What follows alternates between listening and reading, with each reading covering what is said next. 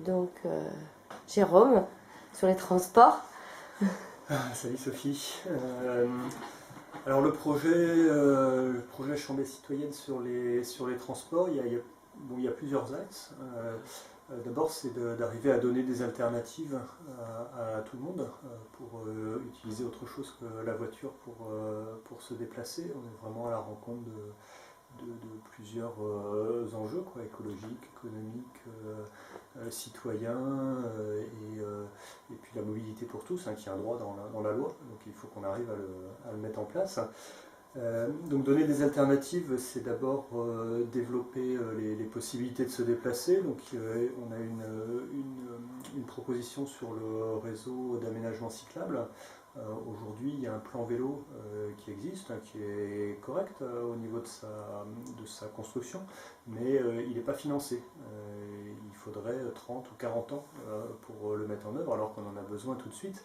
Et l'enjeu, c'est pas rien, c'est de tripler quasiment la pratique du vélo. C'est un objectif qui est abordable. Donc nous, ce qu'on propose dans le projet, c'est de mettre les moyens pour faire ce schéma cyclable-là, donc un réseau d'itinéraires continu et sécurisé sur le mandat, donc on va dire 6 ans, peut-être 10 ans maximum, mais 6 ans. Et ça demande un petit peu de moyens, c'est de l'investissement, c'est l'agglomération de Grand Chambéry qui est compétente, et c'est un besoin d'investissement de l'ordre de 1 à 2 millions d'euros par an, en plus de ce qui se fait aujourd'hui, qui n'est pas grand-chose.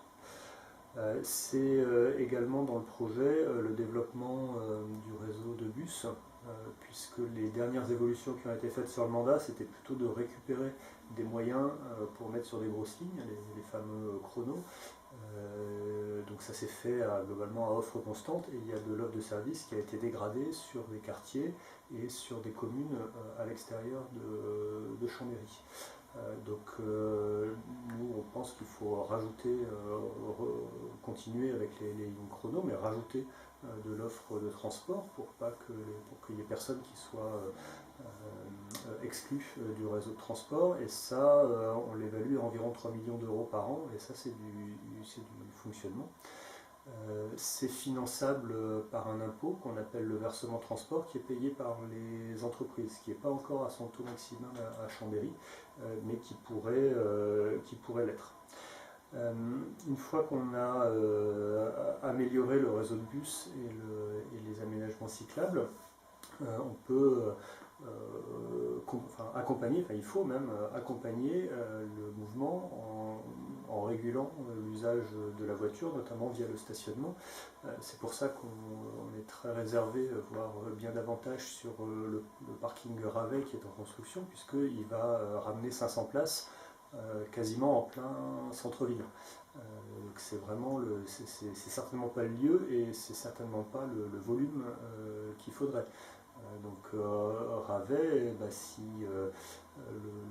l'actualité du chantier le permet, quand on est élu, on peut déjà stopper le projet et réfléchir un petit peu à voir si on peut le remodeler pour arriver à faire un parking au moins un petit peu moins important.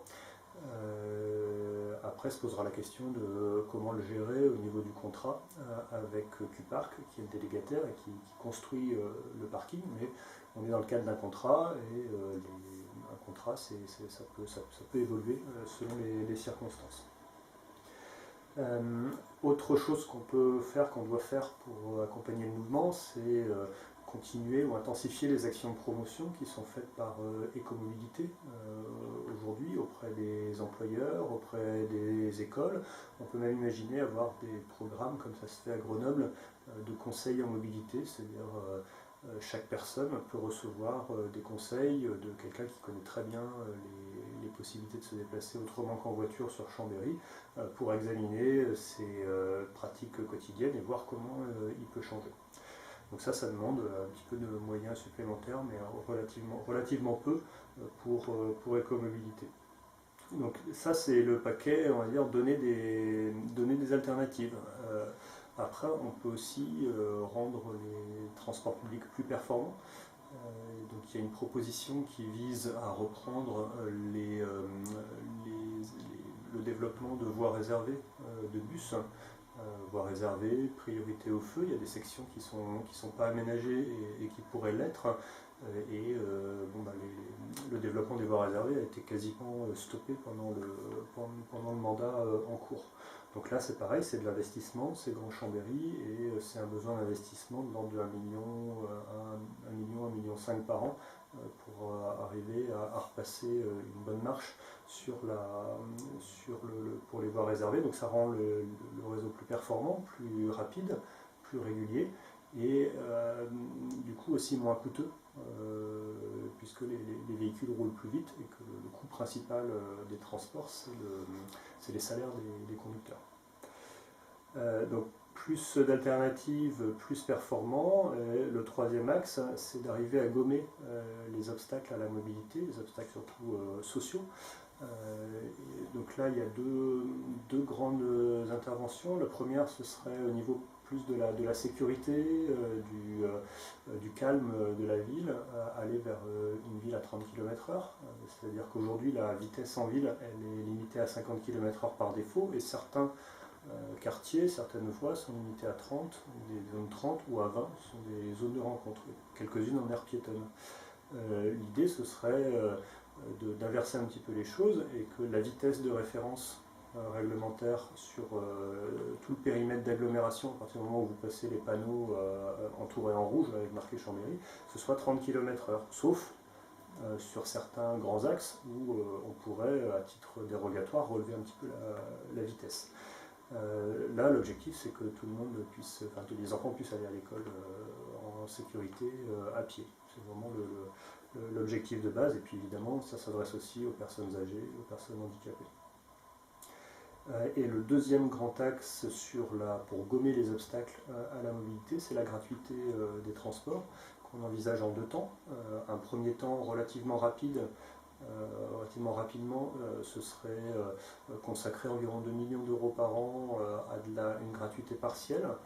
Ça pourrait être le week-end, ça pourrait être en soirée, ça pourrait être aussi une gratuité pour les personnes à plus faibles ressources. Aujourd'hui, il y a une tarification solidaire qui existe sur l'agglomération chambérienne, mais elle oblige quand même des gens qui ont des très faibles ressources à faire un dossier, à se déplacer, à aller essayer de comprendre comment ça marche, et au total payer, je ne sais plus, 1 euro ou 2 euros, enfin quelque chose d'un petit peu symbolique, mais payer quand même quelque chose.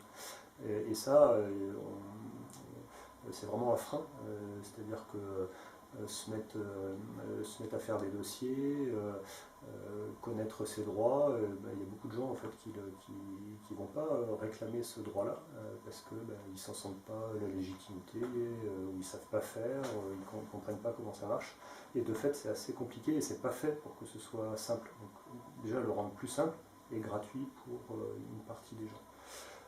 Et le deuxième temps de la gratuité, ce serait une gratuité totale qui là coûte un petit peu plus cher. Il y a 4-5 millions d'euros en plus encore à trouver, donc ce qui demande de construire ce financement-là, ce qui est accessible en quelques années. On va avoir des difficultés à le faire de but en blanc la première année du mandat, mais on peut se donner 3 ans pour construire ce financement-là, et là on va y arriver. Voilà, c'est les grands. Je crois qu'on a fait à peu près. Super, un grand merci.